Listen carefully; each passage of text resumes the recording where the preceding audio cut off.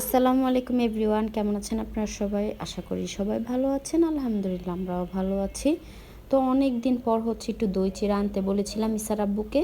তো এনেছে, খেতে ইচ্ছে করতেছিল। আমার অনেক পছন্দ দই চিড়াটা, কারণ এই খাবারটা কি ঠান্ডা ঠান্ডা হয় তো খেতে অনেক ভালো লাগে।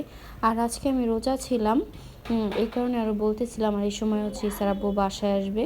উনি হচ্ছে ফোন দিয়ে বলতেছিল, তো কি লাগবে, কি আনতে হবে বলো, তুমি তো আজকে রোজা, কিছু না আনলেও হতো।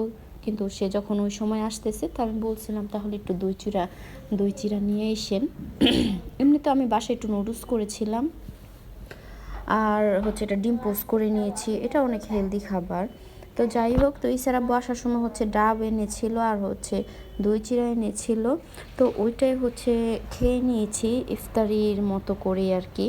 তো শুধু নুডলসটা হলে হতো, তো নুডলসটা রান্নার সময় আর ভিডিওটা করতে আমার মানে মানে করিনি, কারণ সময় ছিল না, আমার আজান দিয়ে দিচ্ছিল। এই কারণে হচ্ছে নুডলসটা তাড়াতাড়ি করে রান্না করে ইফতারি করতে বসবো। তো রান্না করতে করতে হচ্ছে আমার সময়ও শেষ হয়ে গিয়েছে, তো আমি ওর মধ্যে হচ্ছে পানি খেয়ে নিয়েছি।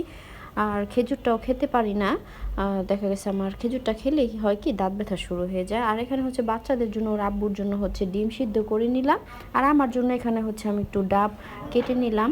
আর এখানে হচ্ছে ডিম পোস্ট, নুডলস আর হচ্ছে দই চিড়া নিলাম। এটা আমার অনেক পছন্দের একটা খাবার। তো এই তো দই চিড়াটা অনেকেই এটা পছন্দ করেন জানি, তো আমার কাছেও ভালো লাগে। তো এখন দেখে আবার খেতে ইচ্ছে করতেছে। এটা কিছুদিন আগের ব্লগ, ভয়েস দেওয়া হয় না। তো এতে এখন আবার খেতে ইচ্ছে করতেছে। কিন্তু ওরা করে কি, চিড়াটাকে না ভালো মতো আর কি ভাঙে না, চিড়াটা আর কি আস্তে আস্তে অনেক সময় থেকে যায়। তো যাই হোক, তারপর খেয়ে নিচ্ছি। তো শখে মজার জিনিস যেমনই হোক, তারপরেও তারপরে হচ্ছে এখানে নুডলস আর দই চিড়া দিয়ে আমি হচ্ছে ইফতার করলাম। তারপর হচ্ছে বাচ্চাদেরকে ডিম সিদ্ধ করে দিয়েছিলাম, ওইটা হচ্ছে ওদেরকে কেটে দিলাম। আর তরমুজ এনেছিল, তরমুজটা হচ্ছে গতকালকে আনা, আজকে আমি রোজা, তো গতকালকে আনা। তো ওইটাই হচ্ছে ইসার আব্বু বাসায় আসার পরে ঠান্ডা ঠান্ডা একটু কেটে দিলাম তাকেও। তো আমরাও খাচ্ছিলাম, বাচ্চারাও তরমুজটা অনেক পছন্দ করে। তো এই তো তরমুজটাও খাচ্ছি। তো আজকে আমার রোজা হলো একটা। তো সবাই দোয়া করবেন, সবাই ভালো থাকবেন, সুস্থ থাকবেন। আল্লাহ হাফেজ।